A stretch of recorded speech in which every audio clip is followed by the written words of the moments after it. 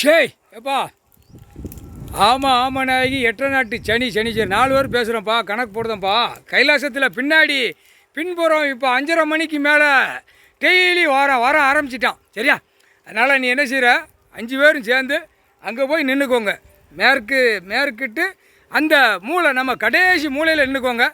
அவன் மோரையில் பார்த்து இதில் சட்டியில் வறுத்துருங்க. சரியா? வர்றவன் போகிறவன் வண்டியை மேற்க நுப்பாட்டிட்டு வருவான். கைலாசத்தில் தென்புறம் கடைசியில் வருவான். இடம் கிடக்கான்னு வருவான். எரிச்சு சாம்பலாக்கினோம், குடும்பம் சாம்பலாக போயிடும். கணக்கு போட்டாச்சு இல்லை? வர்றவெல்லாம் ஒழுங்காக போ. நீதிமான் கல்லன் வழக்கு ஆடிக்கிட்டு இருக்காரு, வழக்கு ஓடிக்கிட்டு இருக்கு. சும்மா என்னமோ கவர்மெண்ட்டு பத்திரம் போட்டு அடித்து நாங்கள் விளையாடுதோம் நீ நினைக்காத. சரியா?